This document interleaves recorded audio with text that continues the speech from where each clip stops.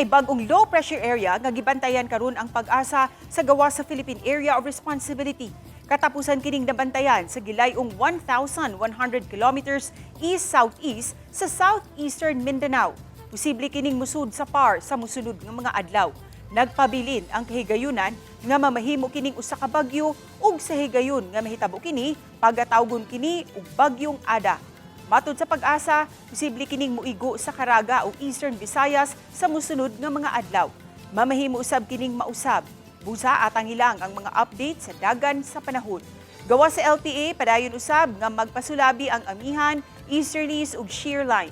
Subay sa labing uwahing rainfall forecast sa Metro Weather, adunay kahigayunan nga masinati ang katag-katag nga pag-uwan-uwan sa Samar ug Leyte provinces. Lakip na ang ubang lugar sa Central Visayas. Posible gihapong uwanon ang ubang bahin sa nasod. As LPA sa mga models by Wednesday or Thursday, so makita posible na siya ma-form as LPA. Pero pag the likelihood sir nga mahimo siyang bagyo, moderate to high chance. Pero pag abot sa Thursday to Saturday, diri sa Cebu na nata expected na mga light to moderate with occasional heavy rains. Okay.